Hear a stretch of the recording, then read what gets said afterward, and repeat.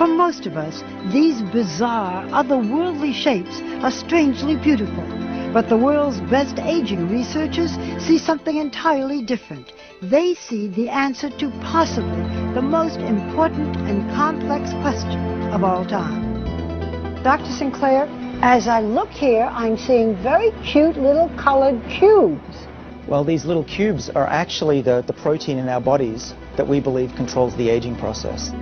If he is right, Dr. David Sinclair has found one of the genetic keys that will reset our biological clocks. I think we've passed a turning point in our understanding of the aging process. How did he discover these proteins? This looks like a barcode, but it's really a map of our genome, the blueprint for human life stored in every cell in our bodies.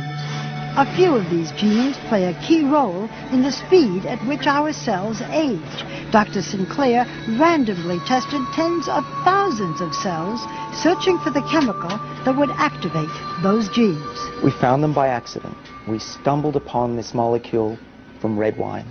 And when I looked on the computer, what is this resveratrol, and found that it was in red wine, I almost fell off my chair. Because, of course, we all have heard that red wine is good for you. Just so happens I have red wine. To your health. How much of this would I have to drink to really make a difference? Well, our experiments tell us probably about 1,000 bottles a day. So that was not the solution. Dr. Sinclair then went back to the lab and found a way to make resveratrol 1,000 times more potent. So what does it do in the body? Well, what we have discovered is that resveratrol works on a gene which is called SIRT1, and this is a gene that controls the aging process.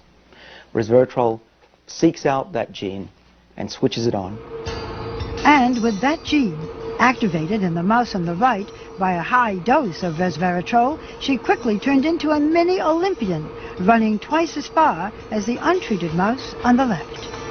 And they were eating a high-fat diet, a fatty diet, and they lived just as long as a lean, healthy mouse, which means that they didn't get heart disease, cancer, even osteoporosis, and they lived 30% longer. Can you do this in humans? With the same exact gene. And we think that resveratrol could have similar benefits in people. Realizing the blockbuster potential for his new pill, Sinclair teamed up with biotech entrepreneur Chris Westphal, together raising more than $100 million for further research. And we think that we can increase healthy lifespan. So if you're in your 80s, you'll be behaving as if you were in your 50s. In the first human trial, a form of resveratrol successfully treated type 2 diabetes, one of the major diseases of aging. If everything goes very well, we will seek regulatory approval from the FDA in the next 5 years. I think a lot of people will say you're raising expectations. This can't possibly happen. My answer to that is, I agree, but it's true.